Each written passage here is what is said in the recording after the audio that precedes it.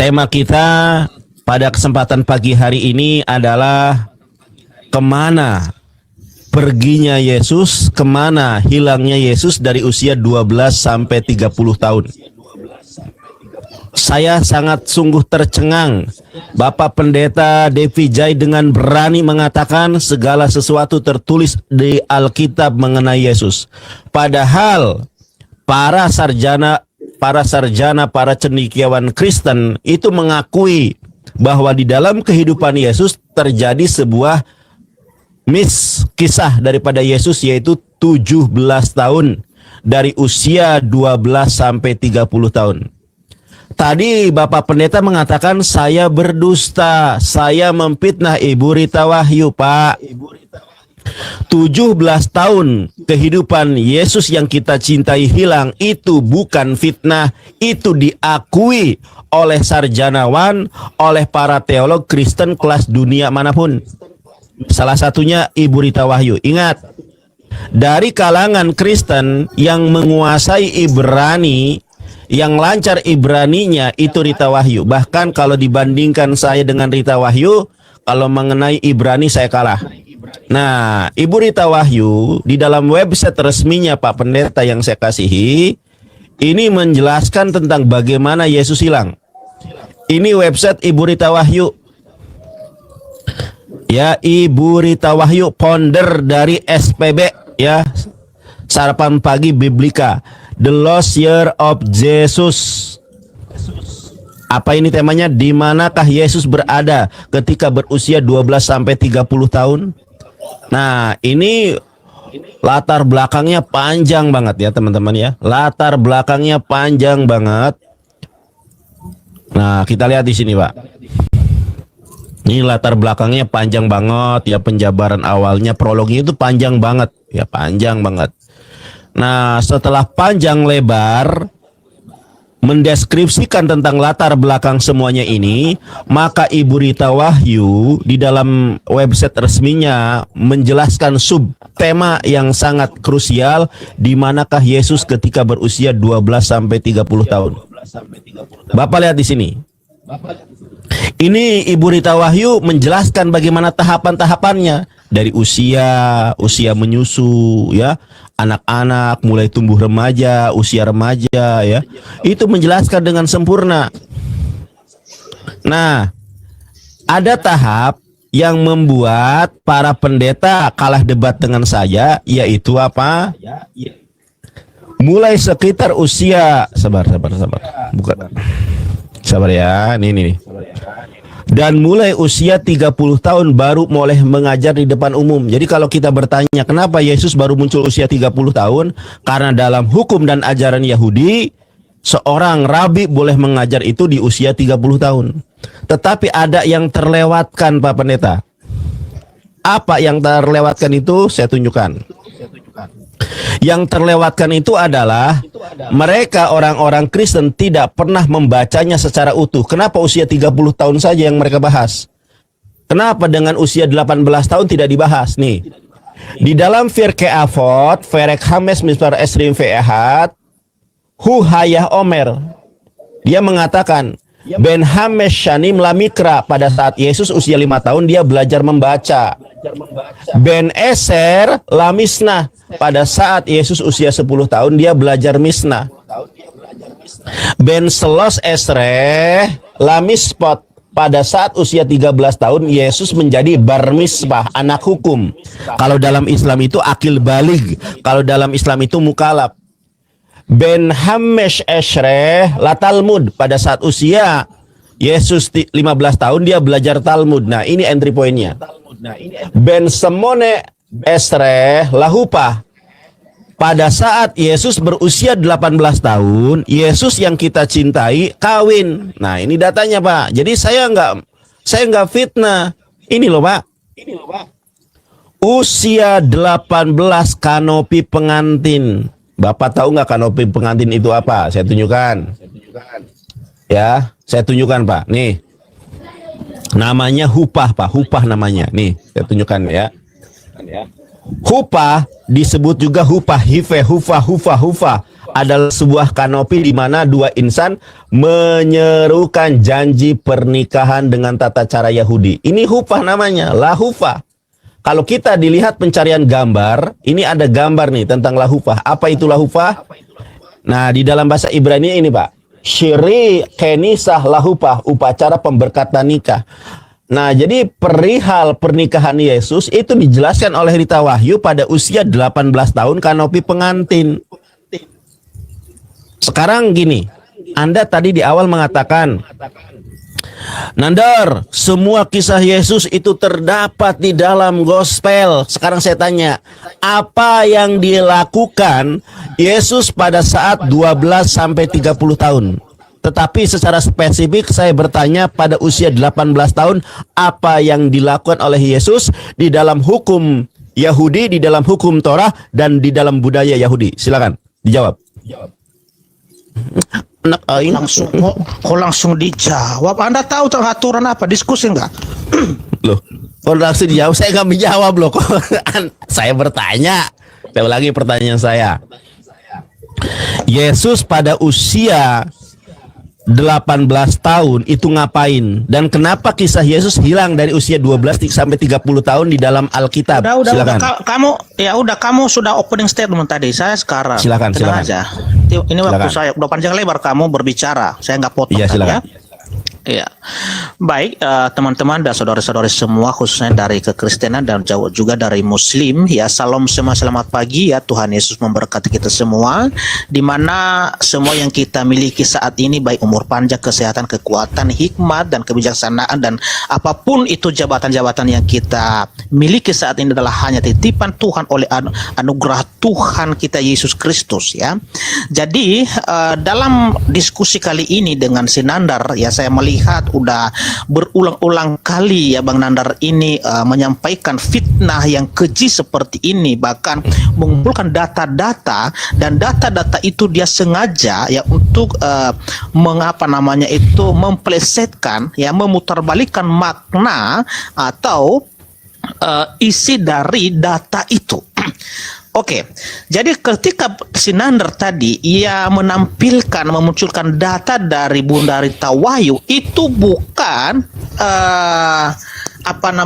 menjelaskan ya bagaimana kehidupan Tuhan Yesus, tetapi di sana ya itu adalah aturan-aturan atau tradisi-tradisi ya di agama Yahudi ketika mulai dari umur 8 hari sampai ke 18 tahun, bahkan sampai 30 tahun.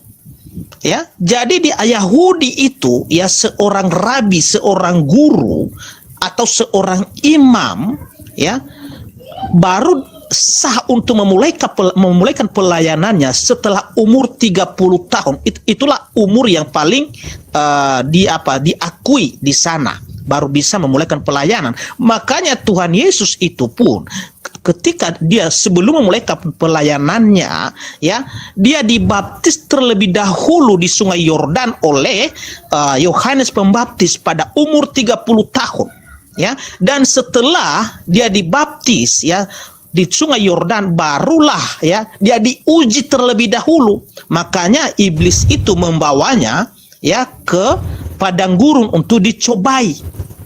Ya, dan setelah itu barulah dia ya memanggil murid-muridnya. Sesudah dia memanggil murid-muridnya, barulah dia memulaikan pelayanannya. Jadi untuk ya beban pembuktian dalam hal ini Bang Nandar bahwa Yesus menikah itu adalah ada di Nandar sekarang, karena si Nandar yang menuduh ya bahwa Yesus menikah. Kalau saya di sini ya tujuan saya hanya untuk menyanggah. Tetapi beban pembuktian, mungkin karena Sinandar ini kan ngaku-ngaku pengacara, ya kan? Jadi tentu ya kalau kita sampai di pengadilan ya, mulai dari kepolisian sampai ke jaksa dan di hakim, ya tentu yang menuduh, yang memfitnah itu yang harus membuktikan bahwa tuduhannya itu benar. Oke? Jadi dalam hal ini ya Alkitab kami, khususnya Injil Matius, Markus, dan Lukas, ya, kami tidak pernah menemukan satu ayat pun yang mengatakan bahwa Yesus pernah menikah.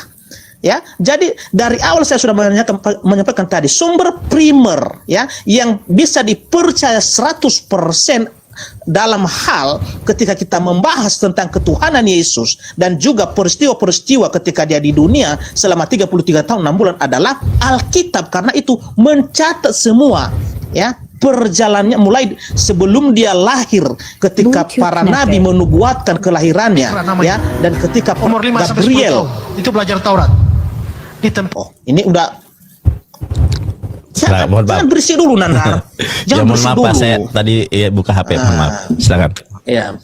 Jadi ya Alkitab itu mencatat ya, artinya bahwa hal-hal yang terpenting ya di dalam Alkitab itu ya, mulai dari nubuatan-nubuatan sejak dalam kekekalan ya, khususnya ada di Kejadian pasal 3 ayat 15 ya, dan juga di mana itu di kitab Zakaria, di kitab Mazmur, di kitab Musa ya, dan juga di kitab Yesaya, Yeremia yang menubuatkan tentang kelahiran Sang Juru Selamat Mesias itu sudah ada di sana. Begitu juga pada Yesus, pada saat Bunda Maria lahir, mengandung, itu semua tercatat, tetapi hanya hal-hal yang penting. Sedangkan ya umur Yesus mulai dari 13 ya sampai dengan 30 itu ya, yang dalam halnya di situ adalah bisa kita katakan bahwa untuk membantu bapaknya Yusuf, seorang tukang kayu di sana ya, dan di situ belum dia memulaikan pelayanannya, dan besar kemungkinan bahwa itulah pekerjaan Yesus, sambil juga artinya melakukan semua tradisi-tradisi yang berlaku di agama Yahudi, di Yahudi pada saat itu. Tetapi kalau hal untuk menikah, tidak ada satupun ayat yang bisa dijadikan ya alat bukti ya bahwa Yesus pernah menikah. Jadi oleh karena itu saya minta sama si Nandar saat ini, tunjukkan di dalam ayat Alkitab satu kata saja mulai dari Injil Matius sampai ke Yohanes ya bahwa Yesus menikah. Kalau data yang Anda munculkan tadi itu adalah bukan menceritakan bagaimana Yesus menikah, tidak ada itu. Ya, saya pastikan itu tidak ada. Ini adalah fitnah keji dari si Nandar. Ya, tidak ada. Oke, sekian Nandar, silakan. Saya. Ayo. Sabar. Baik. Sabar ya Pak Pendeta ya. Saya tunjukkan dalilnya. Ya, silakan.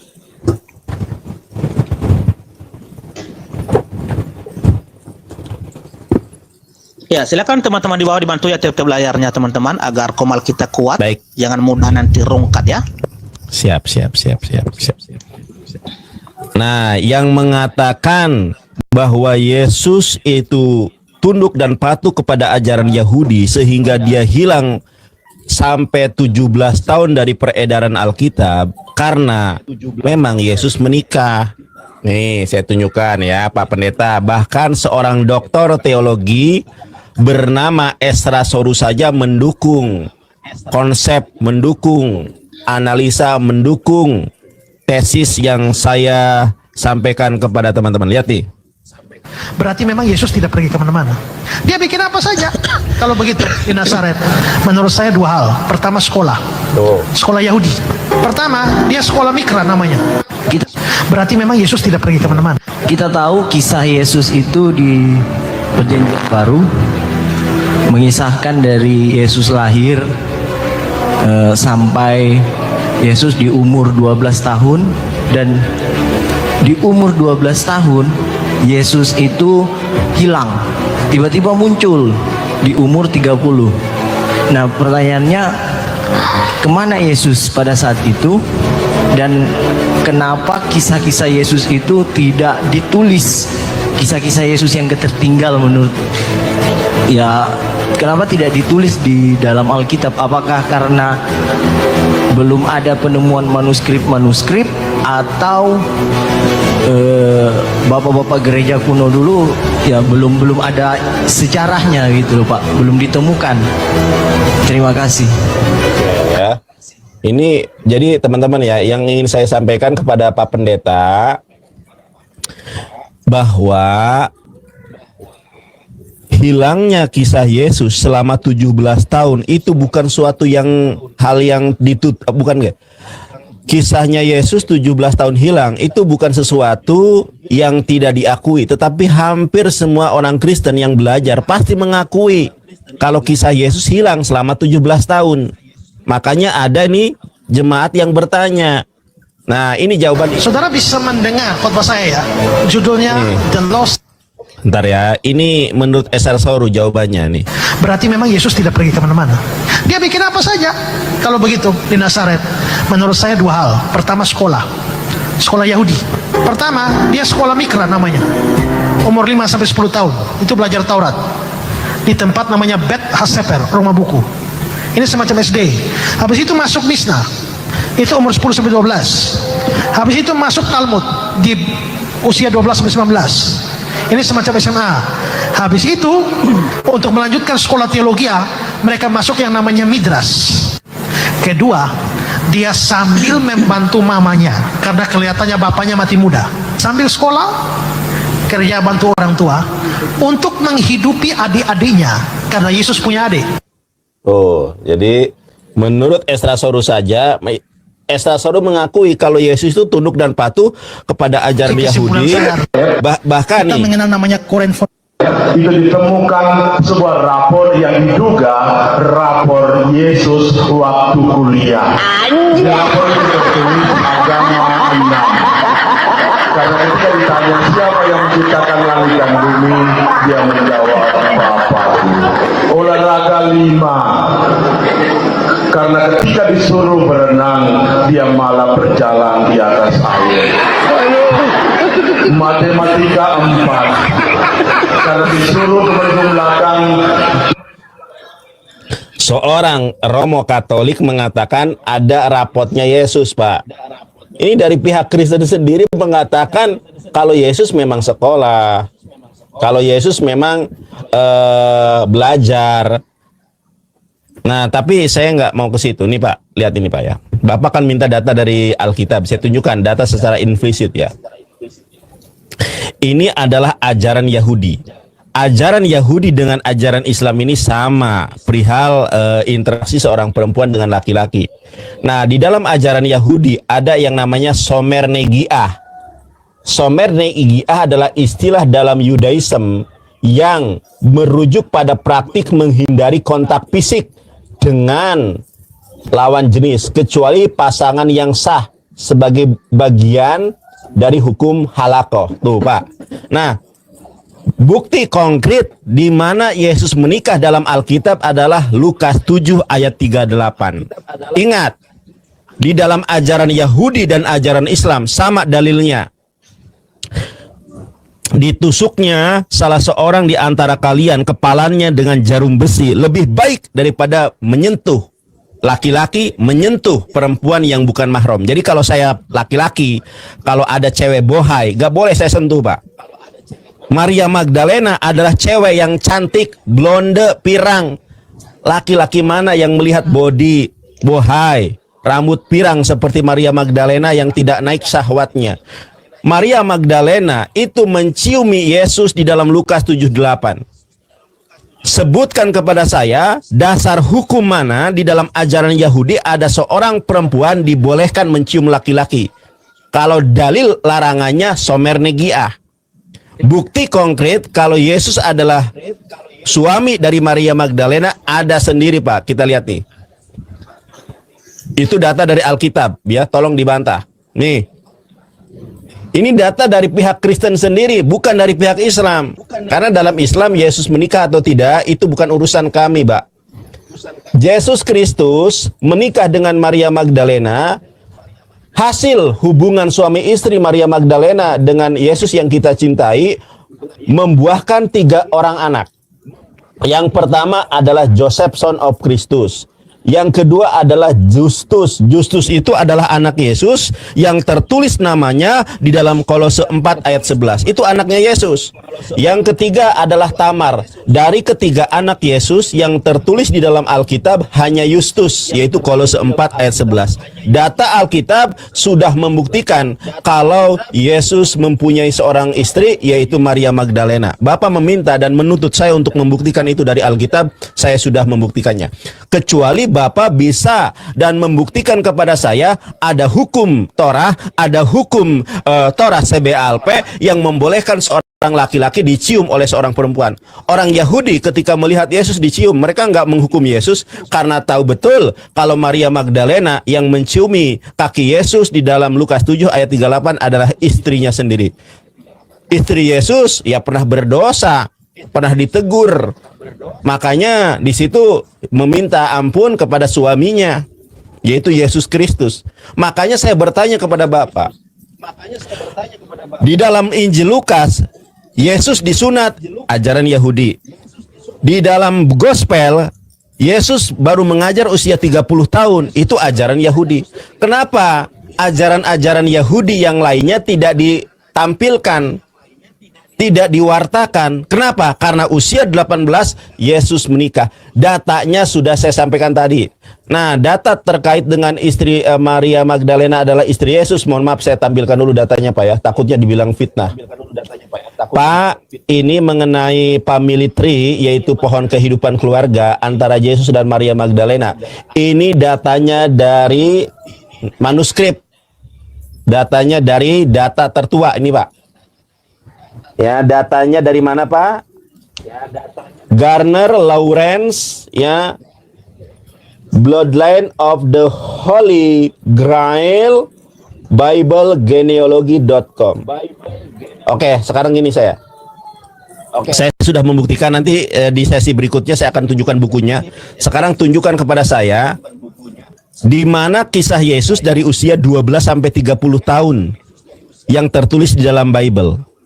Tolong buktikan apa yang Yesus lakukan pada usia 18 tahun kalau bukan menikah.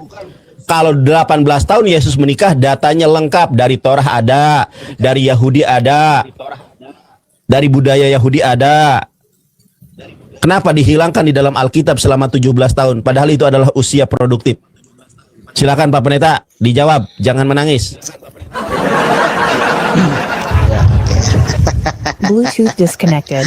Saya tidak pernah menangis Nandar karena saya melihat ilmumu itu masih di bawah lagi ya. Oke. Jawab kalau iya di bawah. Data yang Nandar bentar ya. Nandar yang data yang Nandar tunjukkan tadi ya, saya tampilkan ya.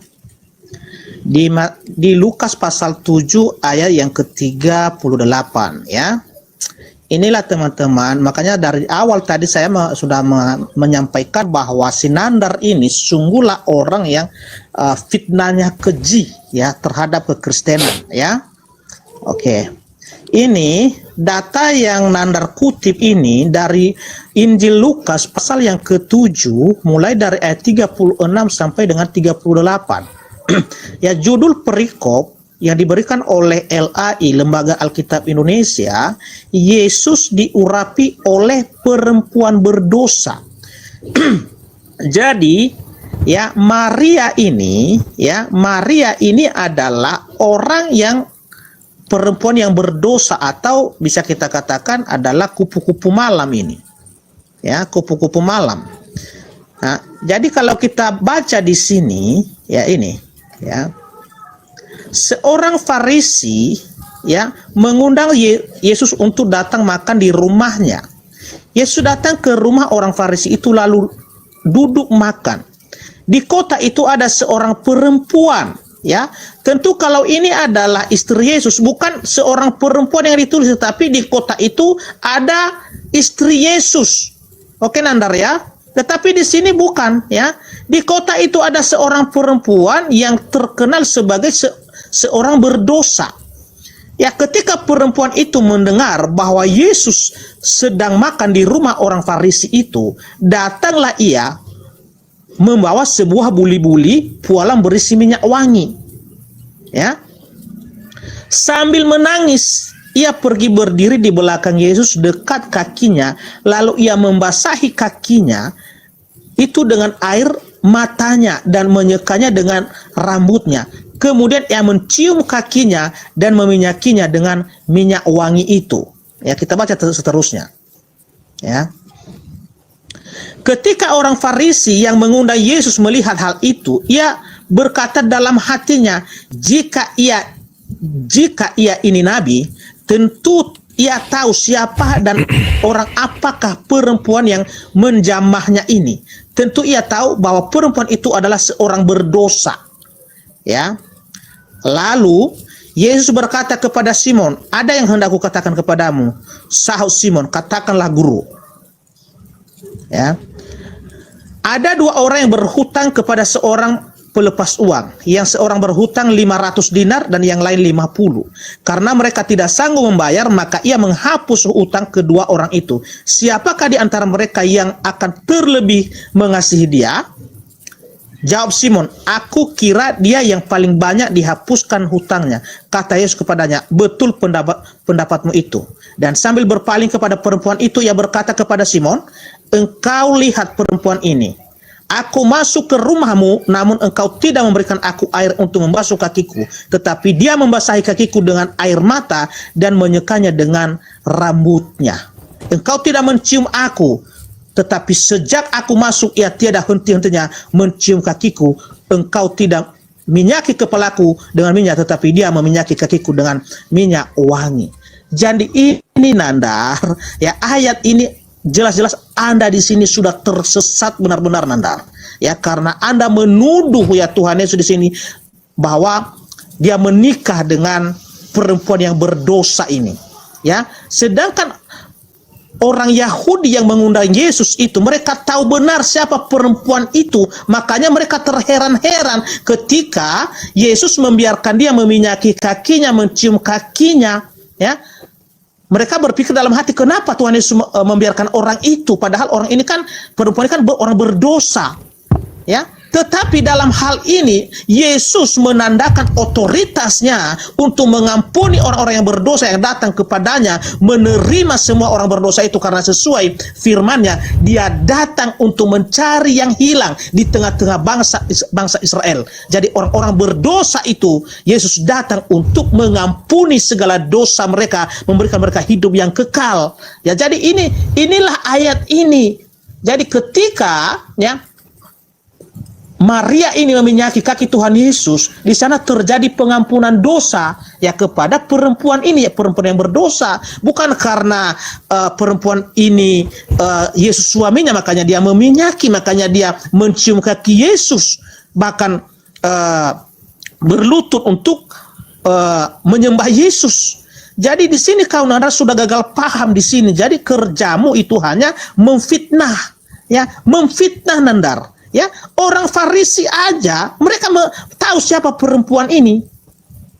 Ya, mereka tahu siapa perempuan ini. Makanya mereka terheran-heran. Ya, oke.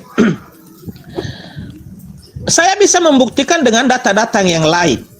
Ya, di mana bahwa kalau Yesus itu pernah menikah, tentu pada saat Yesus di atas kayu salib, ya, ada di Yohanes 19 ayat 26 sampai 27, ya. Ini ya, biasanya Nandar, ya, kalau kita itu mengalami seperti yang dialami oleh Tuhan Yesus ini, tentu yang paling sibuk di sana untuk menangis dan juga mengurus kita dan menghalangi orang-orang yang menyalibkan itu tentu adalah istri dari Yesus. Oke, ya, istri dari Yesus. Tetapi di sini adalah yang terjadi apa? Tidak pernah ada di sini bahwa mengatakan istri Yesus telah datang kepadanya. Tetapi yang terjadi di sini adalah ketika dia di atas kayu salib, apa yang dikatakan? Ya, ketika Yesus melihat ibunya dan muridnya dikasihinya yang bernama Yohanes, dan di sampingnya berkatalah ia kepada ibunya, "Ibu, inilah anakmu."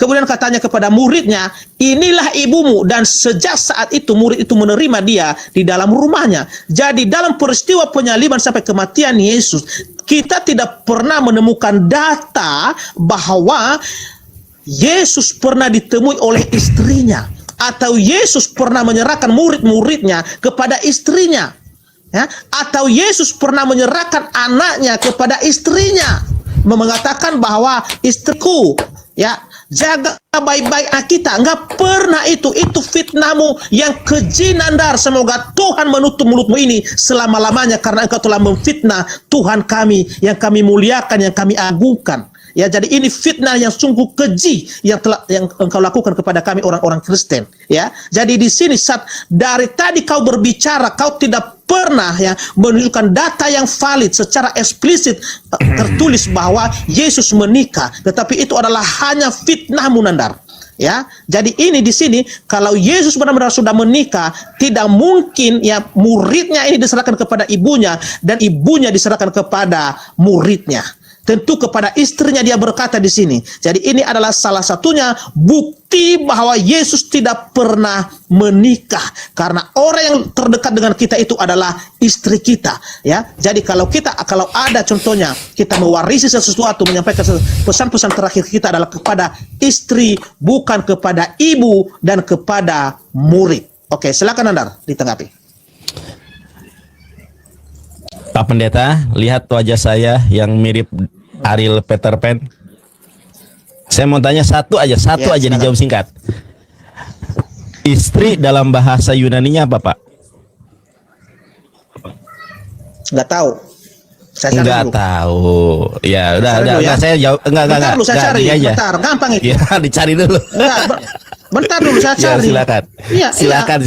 Ah, Baik, karena saya teman-teman kita. ya, Baik, saya bukan kita tunggu. ahlinya bahasa Yunani, istri dalam bahasa. Iya. Ya. Saya ulangi, istri dalam bahasa Yunaninya itu apa? Bentar ya. Ya, Ini. silakan. Apa? Bentar ya. Kalau nggak bisa baca, saya bacakan. Bentar ini.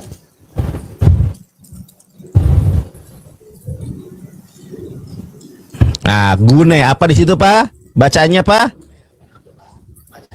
Gune kan? Yang Oke, juga bisa udah cukup. wanita. Ya.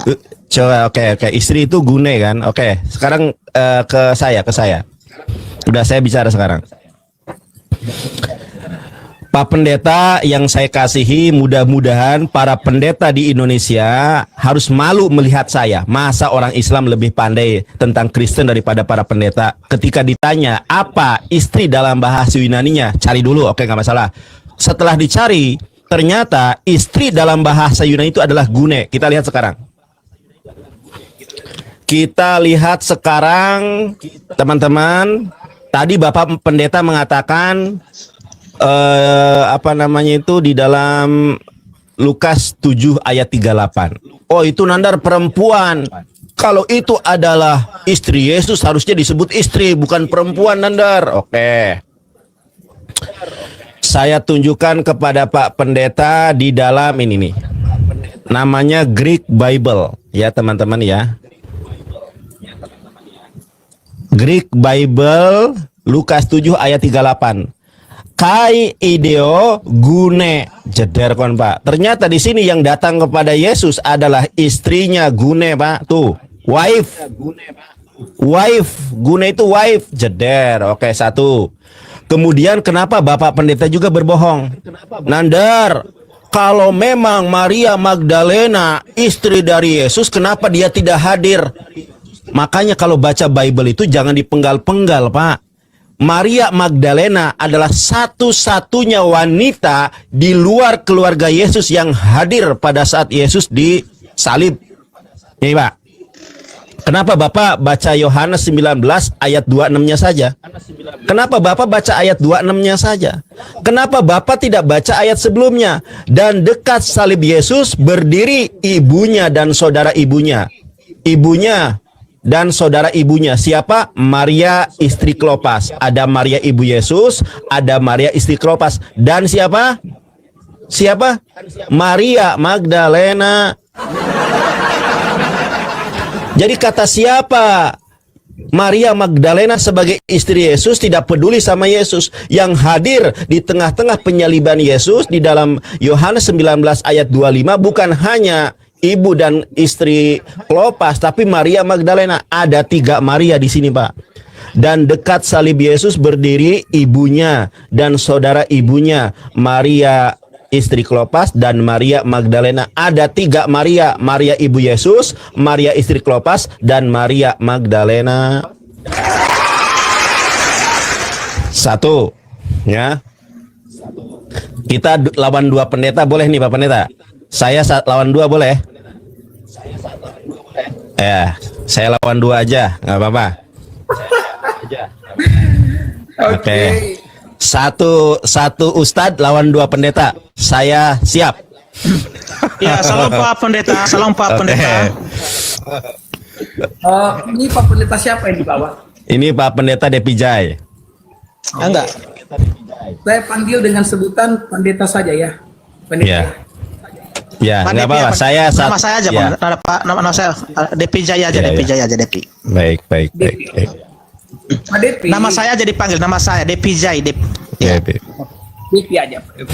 Oke. Pak Depi. Ya. Sebenarnya untuk hadapi Ya. Anda tidak perlu 2 pendeta. Udah 2 pendeta nggak apa-apa, Pak. Ini kita sebagai sebuah hajana keilmuan. Saya ingin tahu 2 pendeta lawan 1 Yonatan Nandar. Nggak apa-apa. Nggak apa-apa, Pak. Sumpah, saya ini yang mengajak 2 pendeta lawan Yonatan Nandar 1 orang. Oke? Iya. Kalau Nanda sih tidak apa. Kalau saya yang tidak rela Pak Depi. Loh, kenapa saya yang ngajak kok tidak rela? Saya 1 orang. Diskusi baik-baik dengan 2 pendeta, nggak masalah, Pak. Ya, kalau saya bagusnya saya nyuruh anak sekolah minggu saya yang Loh. Ya sudah, berarti Bapak Pendeta, udah Pak Pendeta jangan begitu, Pak. Di sini kita diskusi untuk mencerdaskan umat. Kalau saya kalah debat saya nggak masalah, karena di sini Yesus kawin itu adalah suatu hal yang tidak ada pengaruhnya dengan iman kami. Tapi saya jamin kalian berdua Jadi tidak akan sanggup Begini Pak. Ya, Pak Pendeta, begini aja. Biar ada keseimbangan, ya saya undang si Nandar ini, nggak apa-apa. Artinya pilih salah satu nanti entah Pak Pendeta Dede atau saya. Jadi kita bahas 2 arah, gimana? Begitu, Anda Pak siap? Depi. 2 lawan 1. Hah? Saya yang meminta 2 lawan 1. 2 lawan 1 saya minta loh. Kenapa? Yang harusnya kelojotan itu saya. Kok 2 lawan 1? Justru saya meminta. Saya 1 orang lawan Pak Pendeta 2 orang. Oke, begini Saya aja, pengen Pak tahu Depi. ilmunya. Iya, gini aja. Kita bahas 2 arah, boleh nggak? Ya, Pak Depi. Boleh. Bahas 2 arah. Gimana? Berani nggak? Depi. Pak Depi, kalau Iya. boleh, Pak Depi yang jadi juri. Kok jadi juri? Ya. Gua nggak mau. Saya meminta Anda berdua lawan saya 1. Kenapa? Saya meminta Pak Pendeta berdua ini lawan saya. Iya. Begini aja. Gini Nandar, kita bahas 2 arah. Gimana? Kenapa sih? Bahas 2 arah, gimana? Ya boleh. Bahas 2 arah, siap enggak? Tapi 2 lawan 1. Boleh. Nah. 2 lawan 1. Depi begini aja. Ah, kau sosok hebat aja kau Nandar. Loh kok so hebat? Iya, silakan. Berani apa enggak? Kalau enggak ya kita 1 lawan 1. Pak Depi. Oke, kalau boleh Pak Depi yang jadi juri aja. Kemudian kita pakai aturan supaya Nandar ini tidak kemana-mana dia. Dia kalau jurus mana paling jago dia. Jago dia kalau 2 lawan 2. 1 lawan 2 udah. Kalau berani ayo, kalau enggak 1 lawan 2. Kok takut? Saya menantang 1 lawan 2. Kok takut? Kalau takut nggak mungkin nantang 1 lawan 2. Nandar, kamu tidak pantas lawan 2 pendeta, lawan anak sekolah minggu kamu pantas. Ya sudah Pak Pastor Dede turun kalau gitu. Saya lanjutkan sama Pak Pendeta Devi. Kalau nggak terima. Takut dia, Pak Depi. Loh, Takut dia, Pak Depi. saya dari tadi bilang 1 lawan 2. Bila perlu 1 lawan 3 nggak masalah. Kok takut? Kamu Saya Nandar. menantang Pak Pendeta. Pak Pendeta tidak masalah. 1 lawan 2 saya hadapi. Ini saya meminta loh, saya memohon. Pak Pendeta Depi, Pak Pastor Dede Dula, aku mohon, aku diskusi satu orang nih ya, lawan 2 pendeta, boleh apa tidak? Tuh aku meminta tuh, sampai menangis tuh, memohon. Berani apa enggak? Begini aja ya. Kamu lawan saya, Pak Depi yang jadi juri. Gimana? Ngapain jadi juri? Bukan takut loh, ngapain jadi juri? Ngapain? Juri itu di mana-mana adalah pihak yang netral. Kok juri dari pihak Kristen? Gimana sih? 1 lawan 2 saya minta. Pak Depi netral lah. Pak Depi netral. Kalau enggak Pak Pendeta Pastor Dede Dula turun. Soalnya tadi saya lagi sama Pak Pendeta Depi. Kalau enggak, kalau mau ayo berdua. Begini, oke, saya akan turun. Nanti begini aja ya, Nandar. Saya tantang kamu di Superboy. Kita bahas tentang Yesus kawin. Kalau kamu berani, ayo, saya tantang kamu di Superboy. Kita bahas tentang Yesus kawin di hadapan seluruh pendukung kamu itu. Kamu lawan Pastor Dede Dula. Gini ya Pak Pastor Dede Dula, gini loh.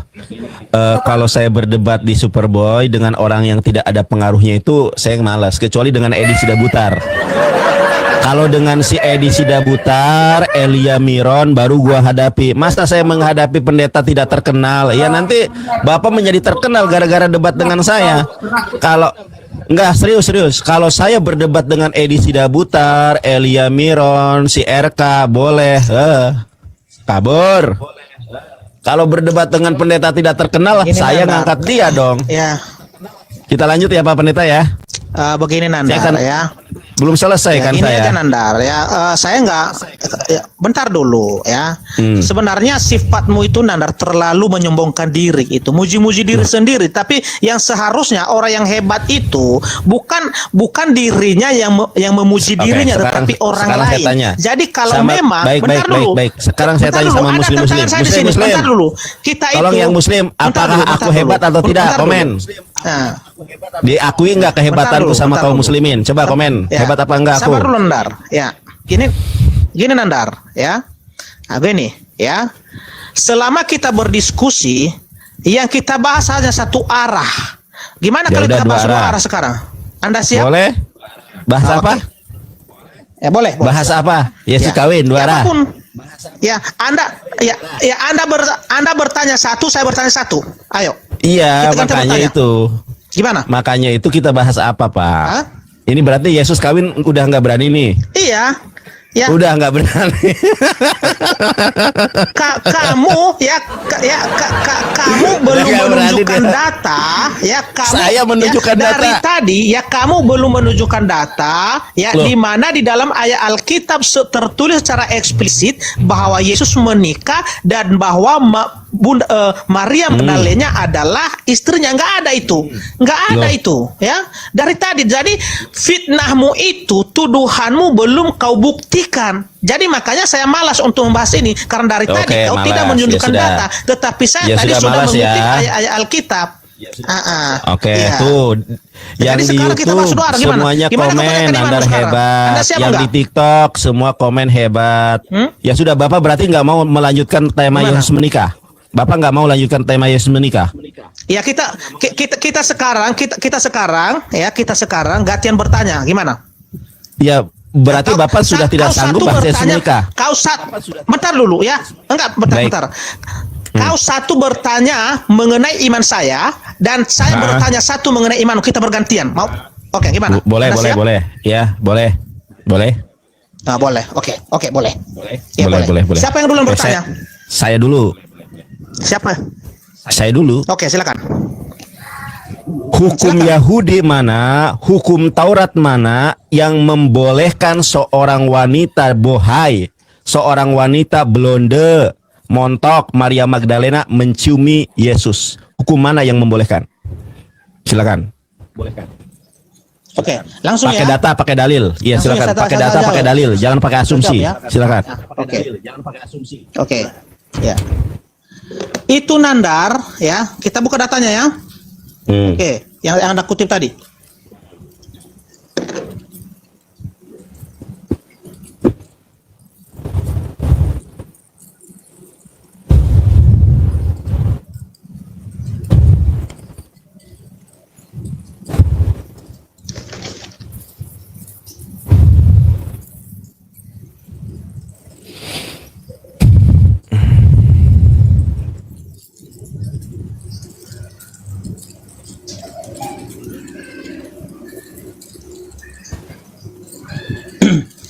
Jadi ya ini ya,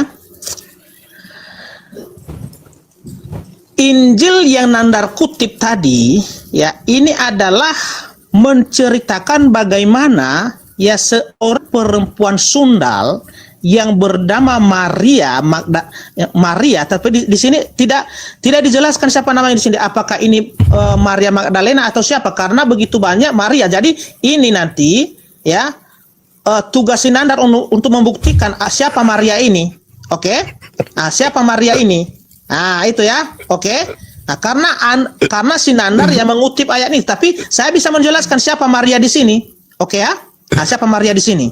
Nah, jadi ini nanti beban Sinandar ya, IPR Nandar untuk membuktikan ya siapa Maria ini, siapa, karena di sini belum ada disebut nama siapa perempuan di sini. Oke?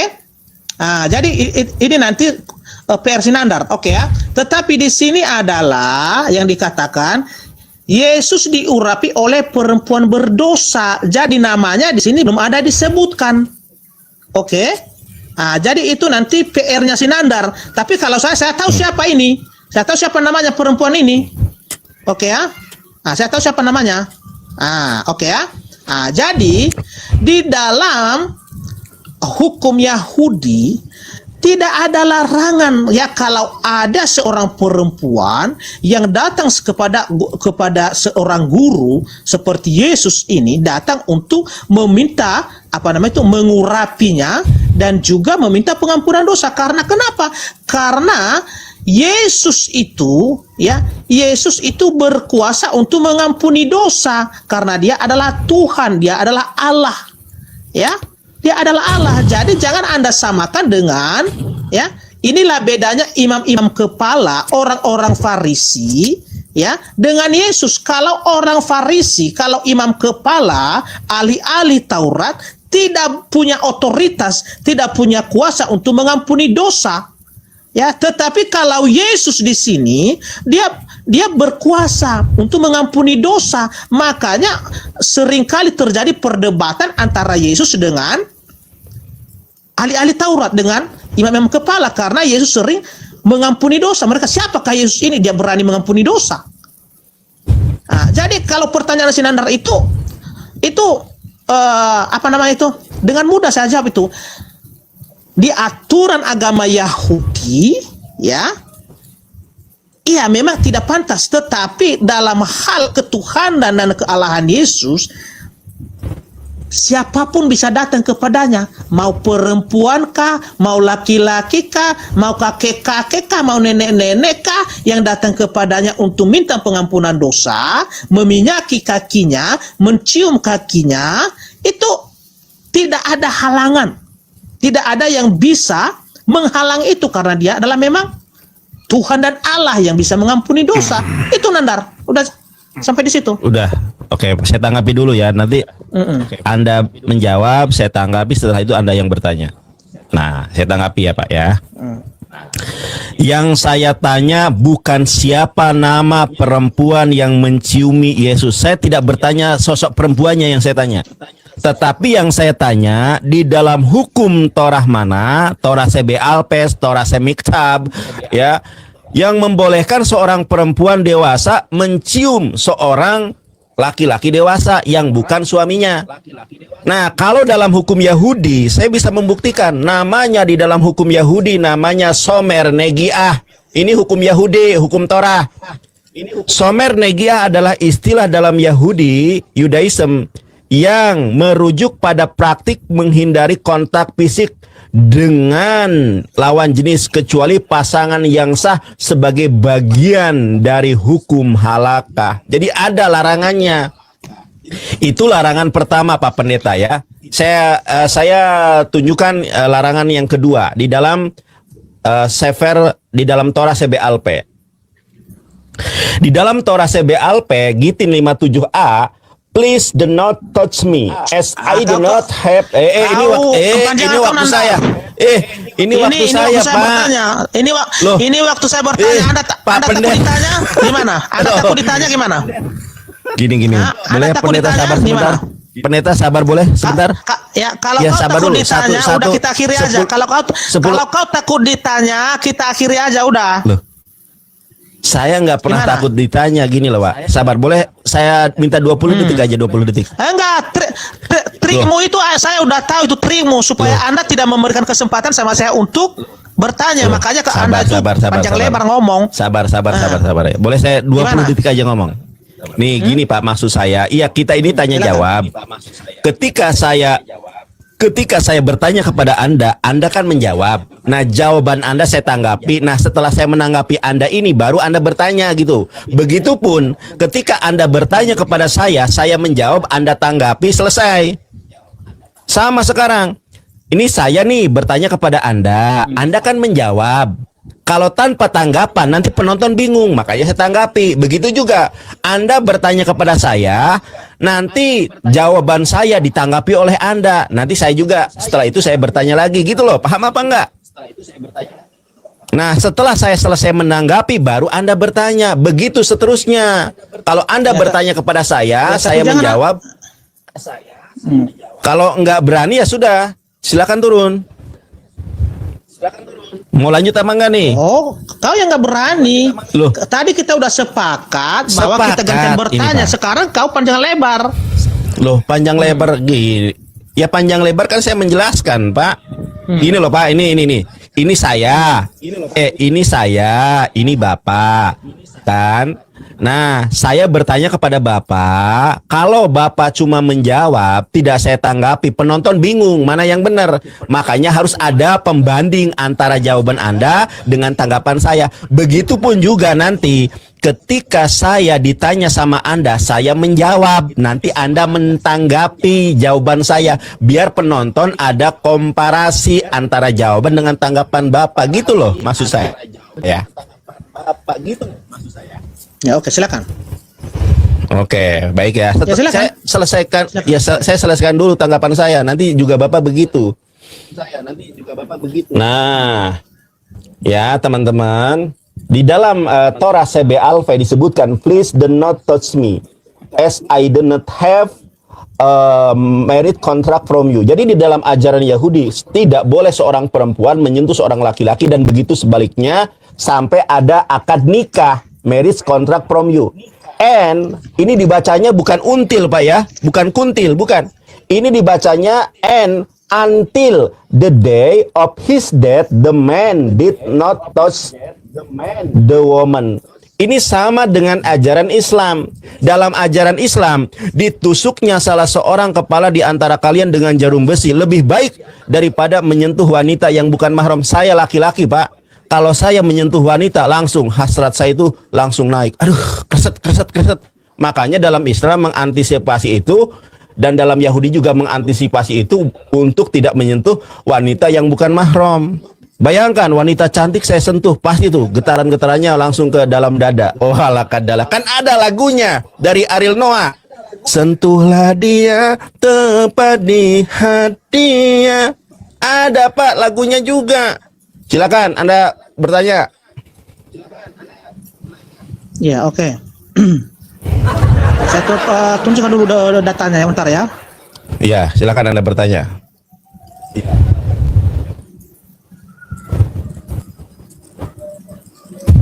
Bertanya. Bentar, saya buka datanya Iya. Bapak bertanya aja bingung. Silakan, Pak ya. Teman-teman yang di YouTube ada di keranjang kuning itu. Ya, saya lagi sambil menunggu Anda, saya kasih tahu teman-teman yang YouTube. Teman-teman yang di YouTube, diklik keranjang kuningnya, itu ada mengenal pribadi Nabi Muhammad SAW yang membawa 10.000 orang, kulitnya putih kemerah-merahan, untuk membuktikan nubuatan Nabi Muhammad dalam Kidung Agung. Itu di keranjang kuning ada ya. Dan juga ada di situ harganya murah tuh, ada yang 19.000 ya. Kalau berkenan itu di Shopee shop apa sih? Shopee.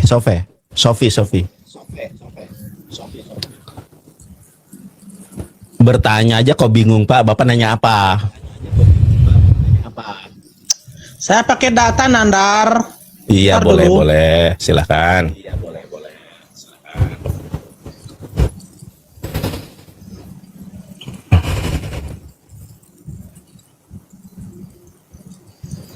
Ada hadis di situ Nandar, bisa dibuka, dibantu dibuka. Loh, ya gimana sih Pak? Ya Bapak mau bertanya masa Hadis. nyuruh-nyuruh saya, kecuali Bapak nyuruh saya nih Bang Nandar, Paus baru ini Bapak nyuruh-nyuruh saya, Bapak yang buka, ya Bapak yang mau nanya malah saya suruh-suruh, enak aja.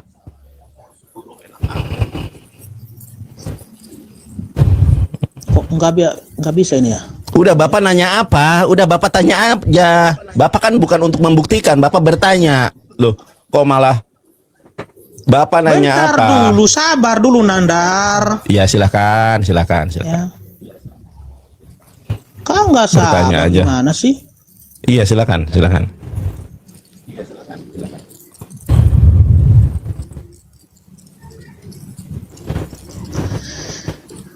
Saya baca dulu ya. Boleh. Silakan. Boleh. Silakan.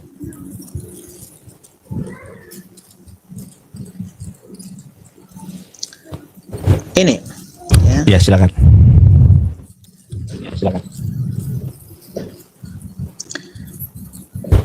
Baca aja ya, sudah baca aja itu bersabda Rasulullah SAW bersabda, Ya. langsung aja.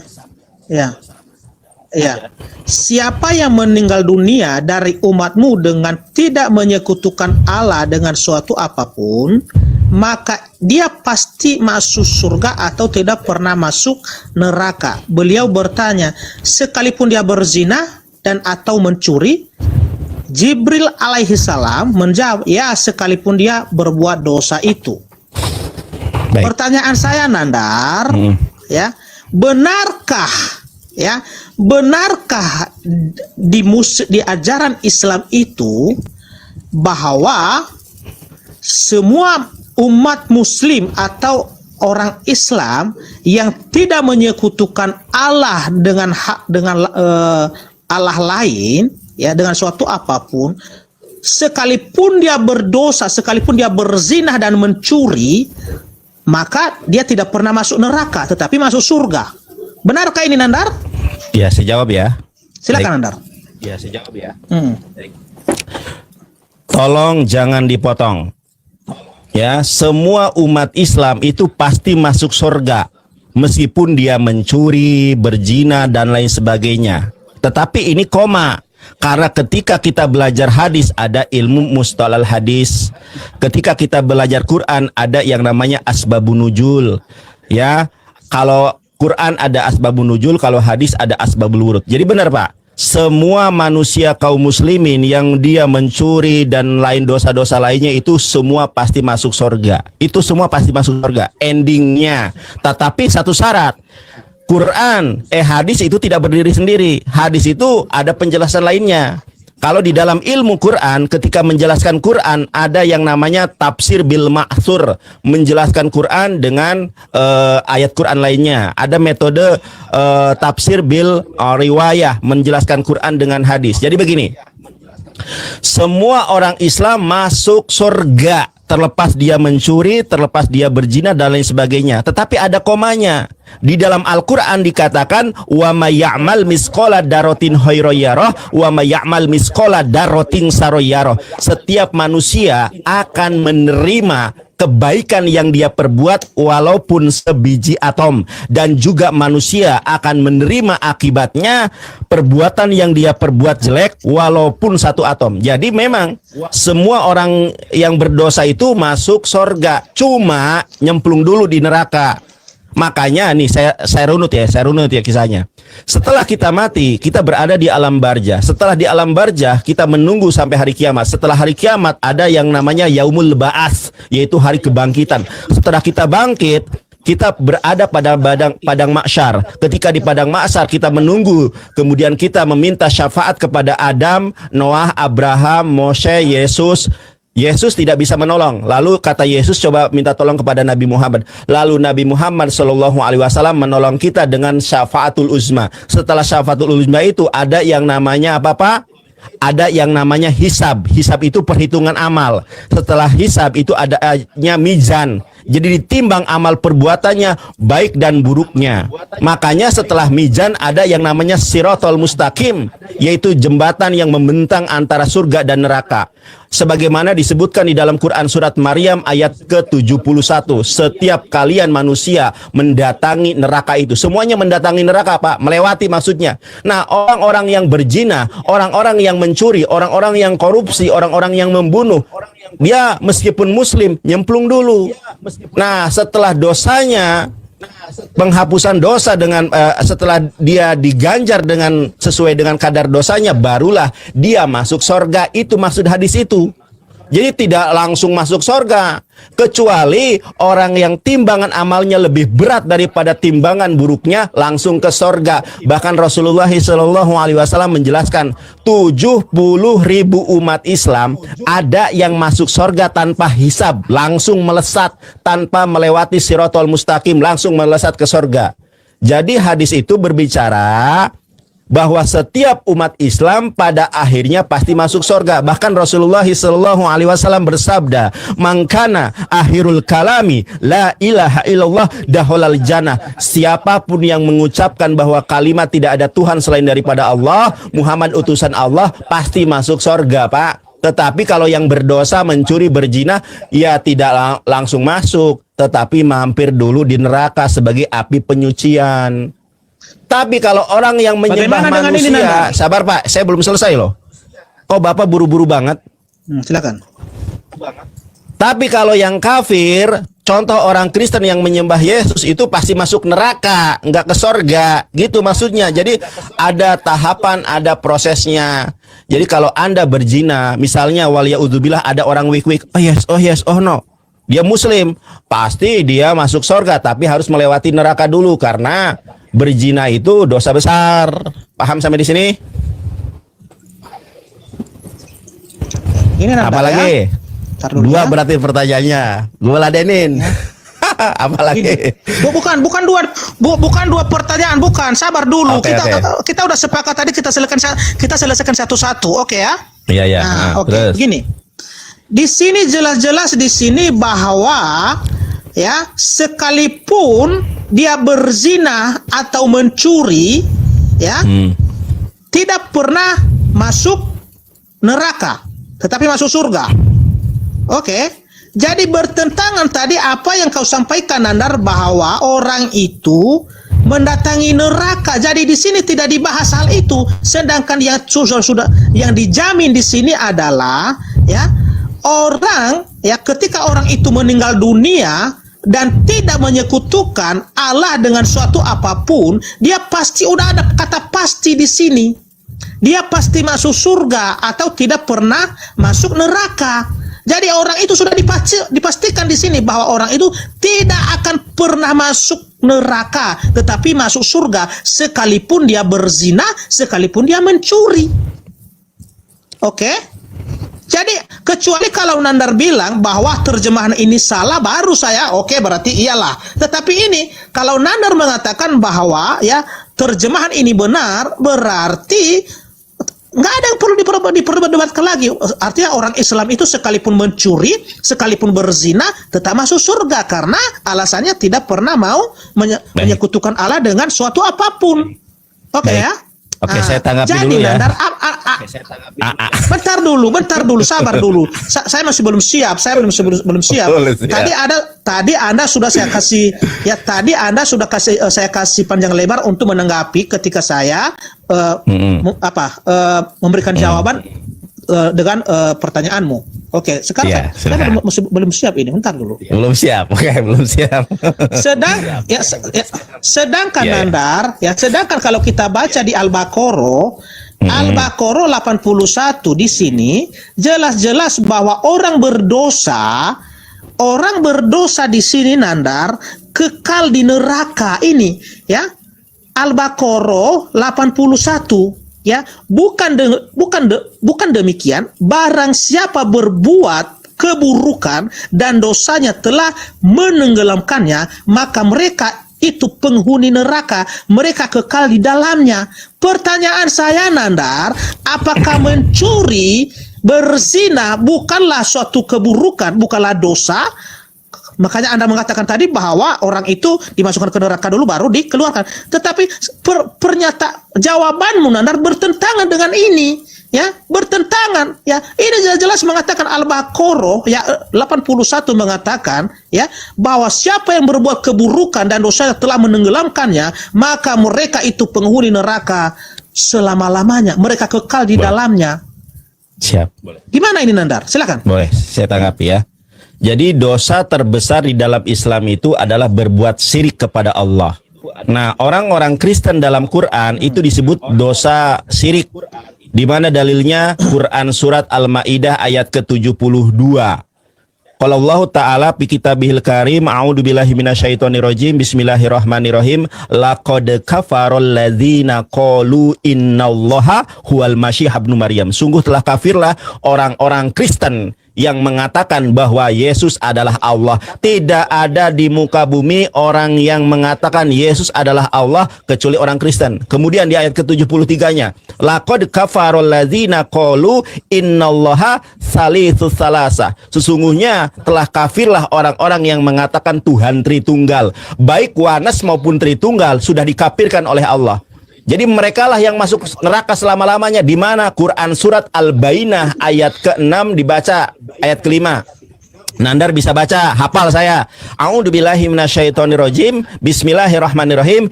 Innalladzina kafaru min ahlil kitabi wal musyrikina fi nari jahannama khalidina fiha ulaika hum sarul bariyah. Jadi yang Anda maksud masuk neraka selama-lamanya itu ya Kristen. Saya terjemahkan artinya. Sesungguhnya orang-orang kafir dari kalangan Yahudi dan Kristen dan orang-orang yang menyekutukan Allah, mereka pasti masuk neraka jahanam selama-lamanya. Ulaika hum sarul bariyah, dan orang-orang itulah orang-orang yang paling buruk. Ulaika hum sarul bariyah, mereka lah seburuk-buruknya makhluk. Itu Pak. Kalau mengenai siapapun yang berzina, siapapun yang masuk menurut kata Jibril itu dalam hadis, yang merampok, berzina itu masuk surga. Ya, iya pasti endingnya masuk surga. Di mana dalilnya? Ini Pak dalilnya Pak ya. Jadi nih Pak, ini hadisnya Pak ya, panjang hadisnya. Saya bacakan. Jadi semua pada akhirnya adalah masuk surga. Sesungguhnya aku tahu siapa yang paling terakhir dikeluarkan dari neraka dan yang paling terakhir masuk surga, yaitu seorang laki-laki yang keluar dari neraka dengan merangkak. Kemudian Allah berfirman kepadanya, pergilah engkau, masuklah engkau ke surga. Nah, inilah orang-orang yang Anda bilang itu tadi, yang merampok, berdosa, masuk surga. Iya, pada endingnya maka mereka itu masuk surga.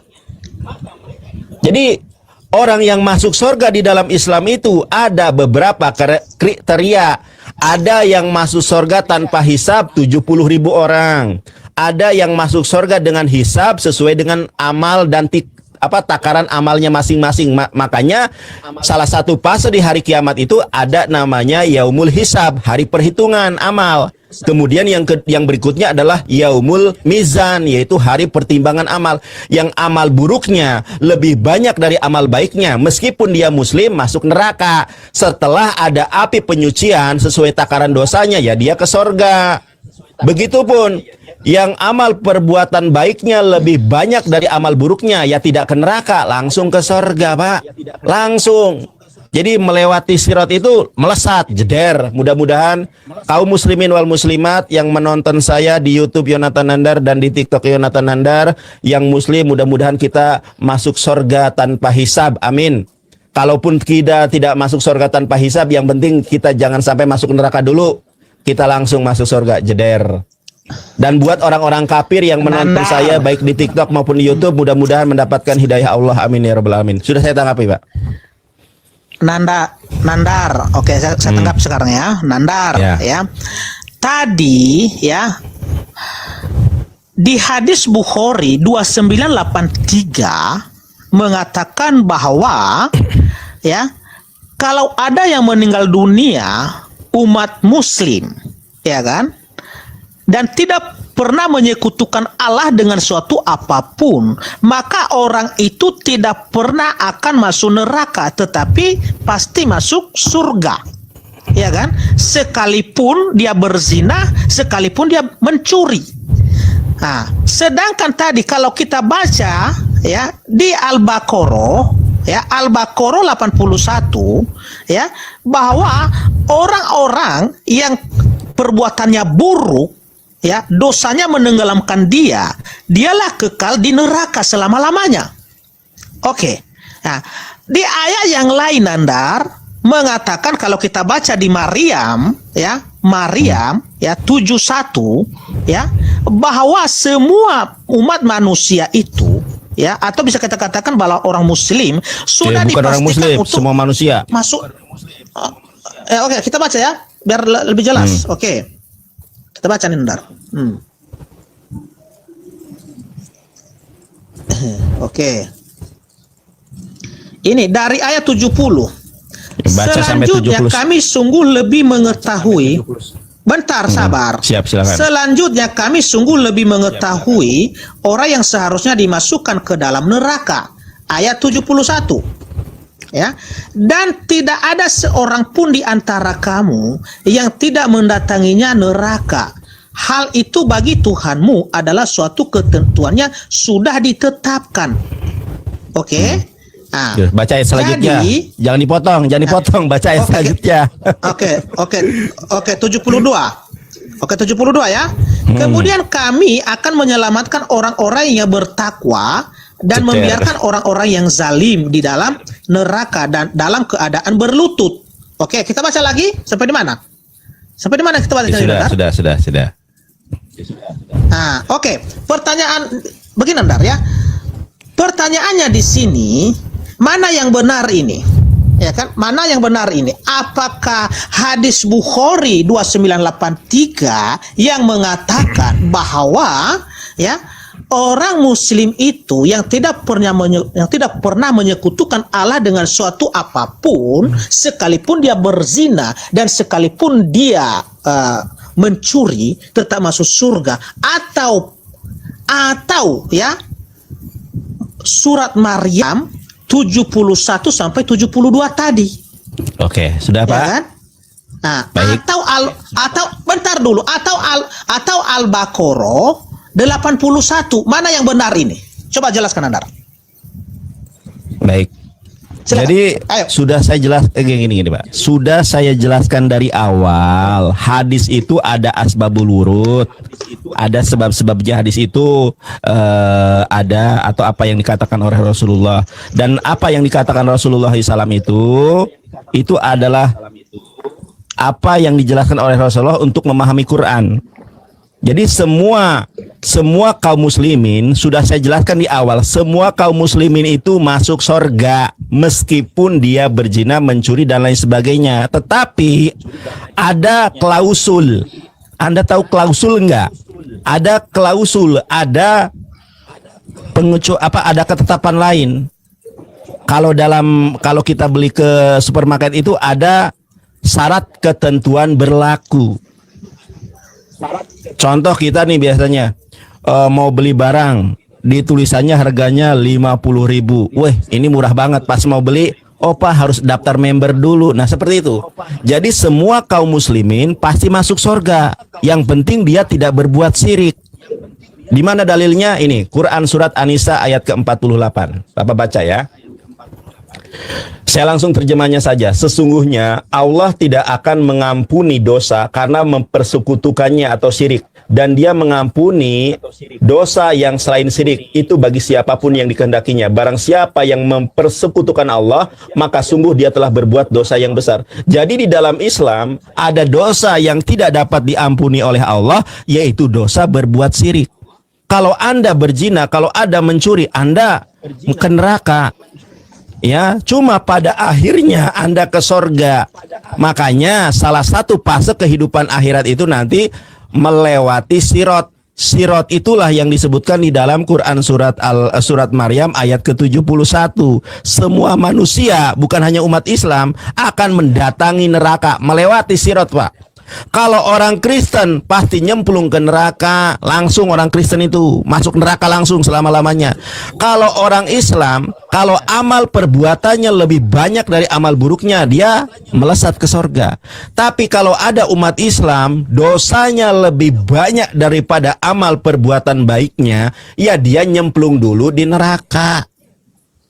sesuai dengan kadar penyuciannya. Kalau dia dosanya banyak, ya dia agak lama. Tapi kalau dia dosanya sedikit, ya setelah dosanya terhapus dengan penyucian neraka itu, maka akhirnya dia masuk sorga. Sebagaimana yang sudah saya jelaskan tadi hadisnya, ada orang yang terakhir masuk sorga.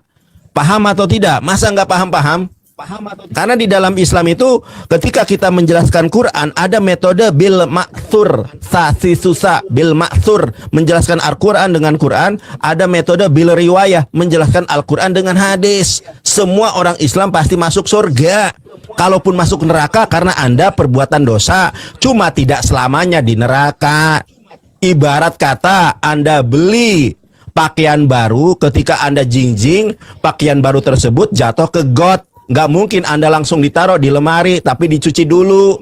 Anda cuci dulu baju yang kotor itu, baru dimasukkan ke lemari. Itulah improvisasi, itulah analoginya. Jadi kalau ada orang Islam yang berdosa, yang berzina, pasti masuk surga. Tapi karena dia sudah berbuat zina, berbuat dosa-dosa yang lainnya, maka dia mampir dulu ke neraka sebagai api penyucian dosanya itu, Pak. Sudah saya tanggapi, dan saya tidak mungkin mengulangi apa yang sudah saya tanggapi berulang kali. Saya yakin orang-orang yang di bawah, orang-orang yang nonton kita paham. Oke, Anda sudah menanggapi, saya sekarang bertanya, ya kan? Kan kita tanya, tanggapi, bertanya.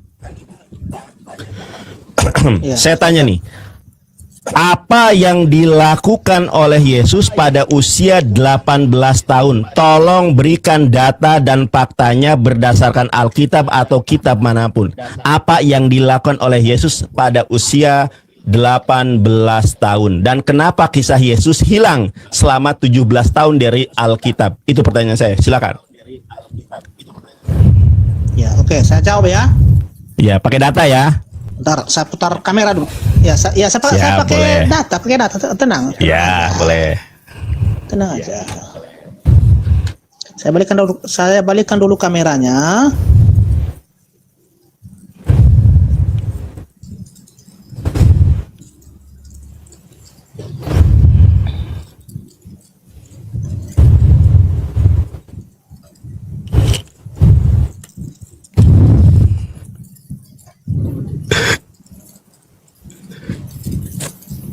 Ya, oke. Saya bacakan ya. Ya. Dialah murid yang memberi kesaksian tentang semuanya ini dan yang telah menuliskannya. Dan kita tahu bahwa kesaksiannya itu benar. Ya, masih banyak hal-hal lain lagi yang diperbuat oleh Yesus.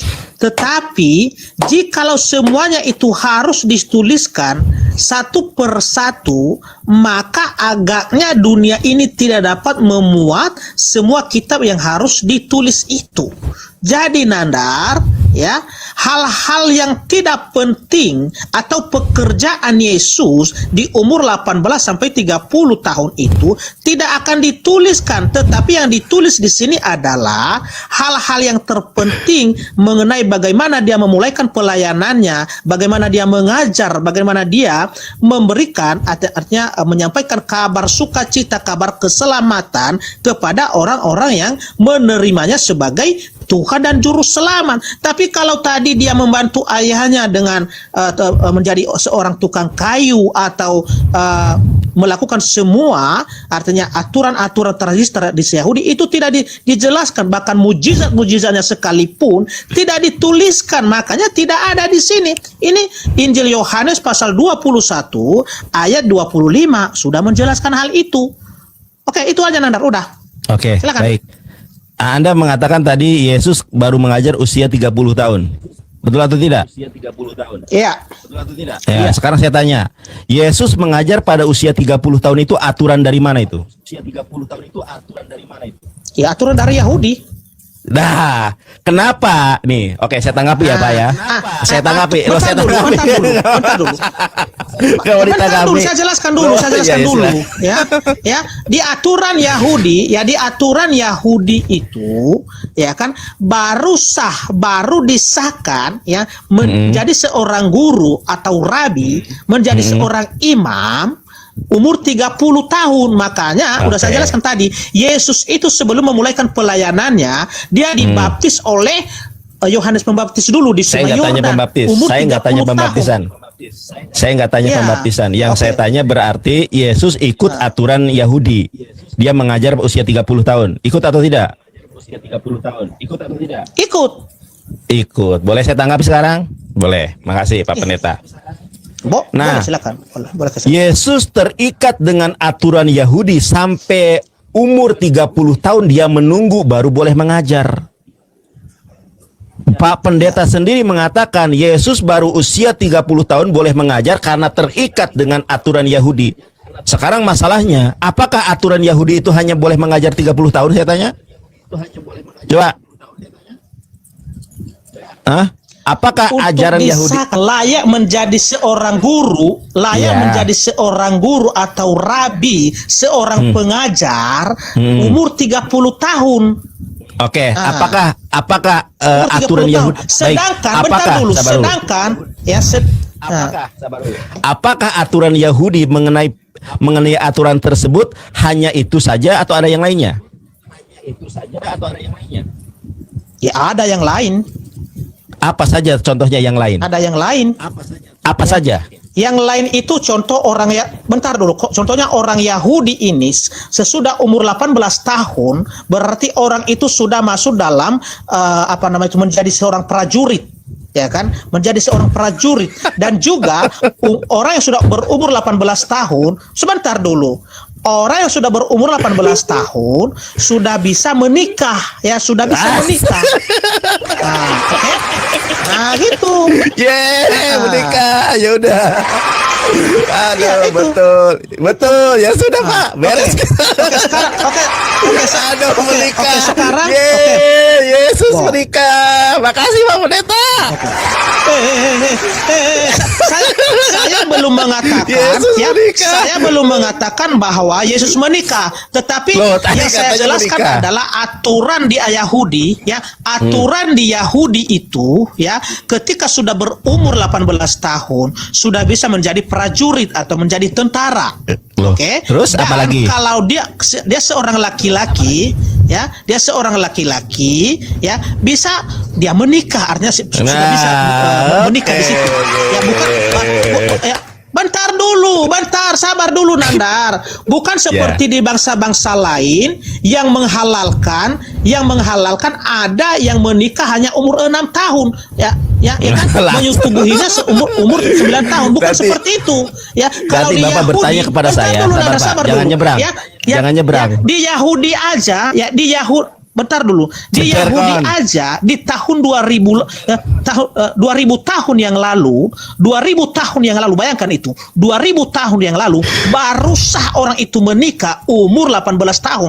Tetapi Jeder. kalau di bangsa-bangsa lain, bentar dulu Nandar. Sabar dulu Nandar ya. Sedangkan ya ada di bangsa lain ya yang menghalalkan ya Ya, umur itu anak nanti. 6 tahun dinikahi, 9 tahun ditiduri. Itu nanti pertanyaan. Oke, ya? Itu nanti pertanyaan Pak Pendeta. Gitu. Ini sekarang berarti kenapa Yesus baru keluar pada usia 30 tahun ketika dibaptis oleh Yohanes Pembaptis di Sungai Yordan? Karena terikat dengan aturan Yahudi. Nah, aturan Yahudi yang mengikat ini bukan hanya mengajar di usia 30 tahun, tetapi menikah. Terima kasih Pak Pendeta. Satu-satunya pendeta yang Nandar ini. Ya ampun. Aduh, Pak Pendeta. Ayo sekarang saya tanggapi ya. Oke. Kabur. Mana dijamak lagi kita. Aduh, kena tampol dia.